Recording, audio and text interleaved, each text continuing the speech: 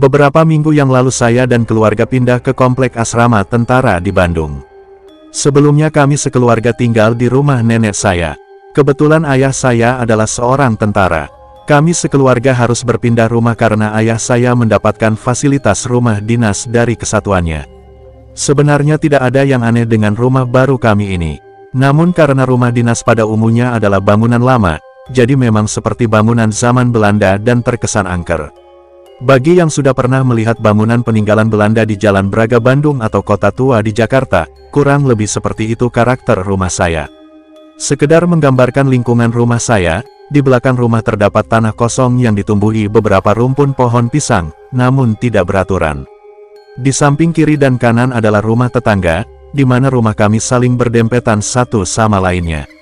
Awal kami tinggal di rumah baru ini, kami tidak merasakan sesuatu yang aneh dan kami bisa melakukan aktivitas seperti biasa.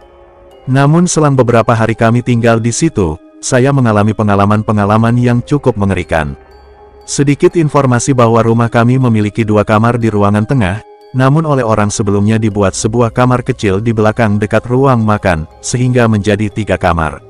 Saya menempati kamar belakang yang berada dekat dengan ruang makan itu.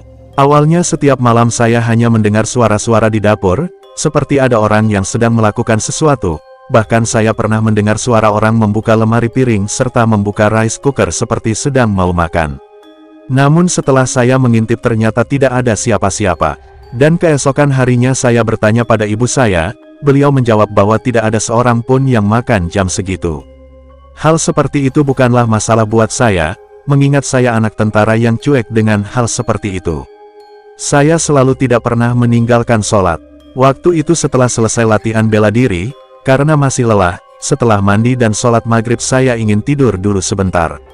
Bu, nanti bangunin Deria untuk sholat isya kalau belum bangun, saya memberitahukan ibu saya dari kamar yang kebetulan sedang nonton TV di ruangan tengah. Tak terasa saya pun tidur terlelap karena efek kelelahan. Saya tidak melihat jam waktu itu, tapi kira-kira pukul 7.30 saya masih tertidur lelap.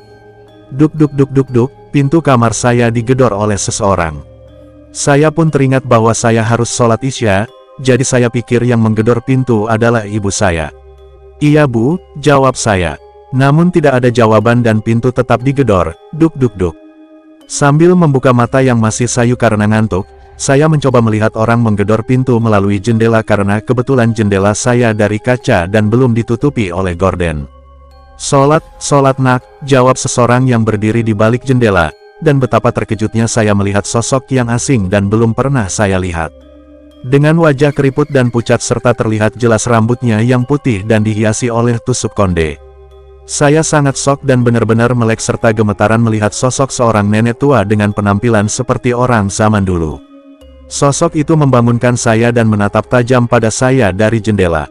Sholat nak, nenek itu menyapa saya sambil bergerak maju ke arah saya dan hampir menembus jendela. Wajahnya sangat seram seperti ingin menerkam saya dan semakin lama seperti menembus kaca jendela. Saya sangat ketakutan dan keringat dingin mengalir sehingga membasahi seluruh tubuh. Segera saya menutup seluruh badan dengan selimut karena ketakutan dengan sosok nenek itu.